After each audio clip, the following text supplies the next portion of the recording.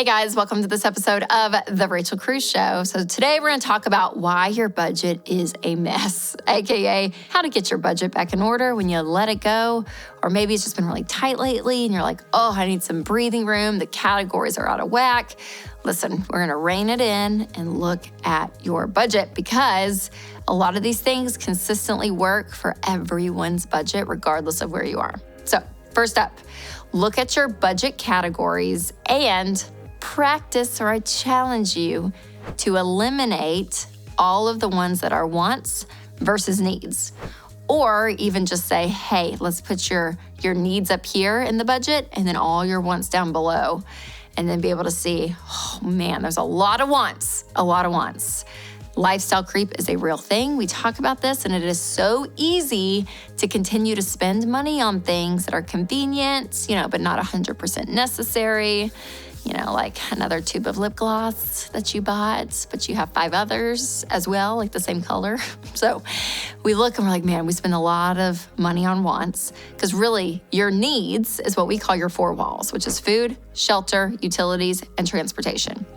Everything else is a luxury except for your 4 walls. So again, even within your 4 walls, you could have restaurant category, which is technically food. But listen, if your finances are really tight right now, if you're getting out of debt, if you're trying to find any margin, if you eat at home, take that category out, and that is money now that you can use in your budget or just to have margin with. And listen, this doesn't have to be forever. And it just kind of helps just to get a reset. Christina, one of our Ramsey personalities, she did this in January, you guys. She and her family did a no-spend January where they only bought things that were necessities that fit into the 4 walls categories. And that's it. That means they only ate meals at home for a month. And let me tell you, they saved a ton of money in just a few weeks. So discipline like that is really helpful, and it does help you reframe like, wow, what was my norm? Spending all of this money over here. If I take it away and have this new norm for a little bit, I realize, oh, maybe I can do a little bit over here, but I don't have to go to the extreme like I was. So again, reframing your mindset is so helpful. And I want to encourage you occasionally just to take a break from those wants, those things that are just consistently in there. So whether it's subscriptions or food delivery services or things like that, take them out for a season. Again, if you're getting out of debt or you need more margin, especially for you guys, because it gives you some breathing room. And it's amazing what happens when you spend on just your necessities and not your wants. The second thing you want to do to reevaluate your budget is to talk to your friends. Yes, people that are in the same, span of life you are, season of life you are. It's actually really helpful to be like, hey, can I just know how much you guys spend at Costco? My sister-in-laws, we did this the other day because when I have Marco Polo, we use this app. It's like for like old people, I feel like, but we use it.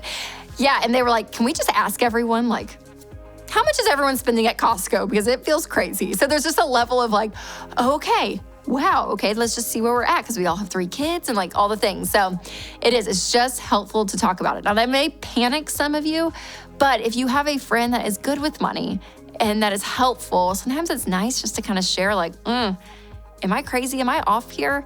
I have some single friends and they do this regularly and they swear by it. Now, if you're married, you're going to have your spouse with you and you guys are going to be working on this, which is awesome. But I would even encourage you every now and then to be like, hey, bring in a mentor or a trusted friend. Again, someone that is good with handling money, that is wise, and talk to them and just see like, okay, does this feel right? Just getting some feedback on your budget from a trusted source can be really helpful, and it can reduce shame. It can reduce questions around money and just kind of get in this new rhythm. And even things Winston and I have adapted over the years is things that we've heard from friends or from family. So it is really, really helpful. And money is something that everyone has to deal with, no matter how little you have, how much you have, everyone has to deal with it. So people that you trust, that are wise with money, talk to them about it. I think that's awesome. All right, before we talk about the third thing, let's take a minute to talk about one of my sponsors, Slick Deals. You guys, I know it feels more important than ever for families to save money right now. That's why I recommend using Slick Deals to find the best prices. They have a great browser extension and app to help you save on everything from electronics to everyday stuff for you and your kids. So find verified coupons, codes, and awesome deals on things your family needs at slickdeals.net/Rachel. Okay, the third thing that you can do to clean up your budget is to get into the habit of adjusting it month to month. Have you ever stopped to think about the fact that there are different expenses for different seasons and months of the year? Different things are going on. So for example, if you have 2 kids and their birthday falls in December, you know you're gonna have Christmas and 2 kid birthday parties. So you adjust for that.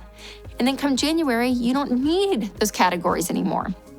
Or if you have a category for date night and it's Valentine's Day or your anniversary month, you know that date night category is probably gonna be a little higher. The next month, you can go back and lower it.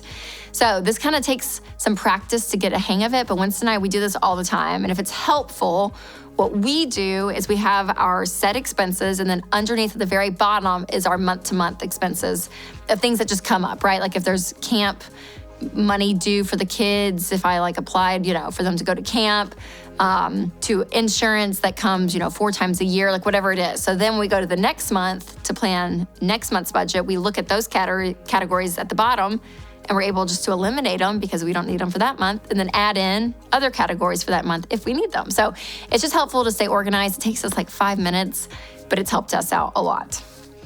All right, you guys, there you have it. If you've been thinking about tightening up your budget recently, I hope that this video was helpful.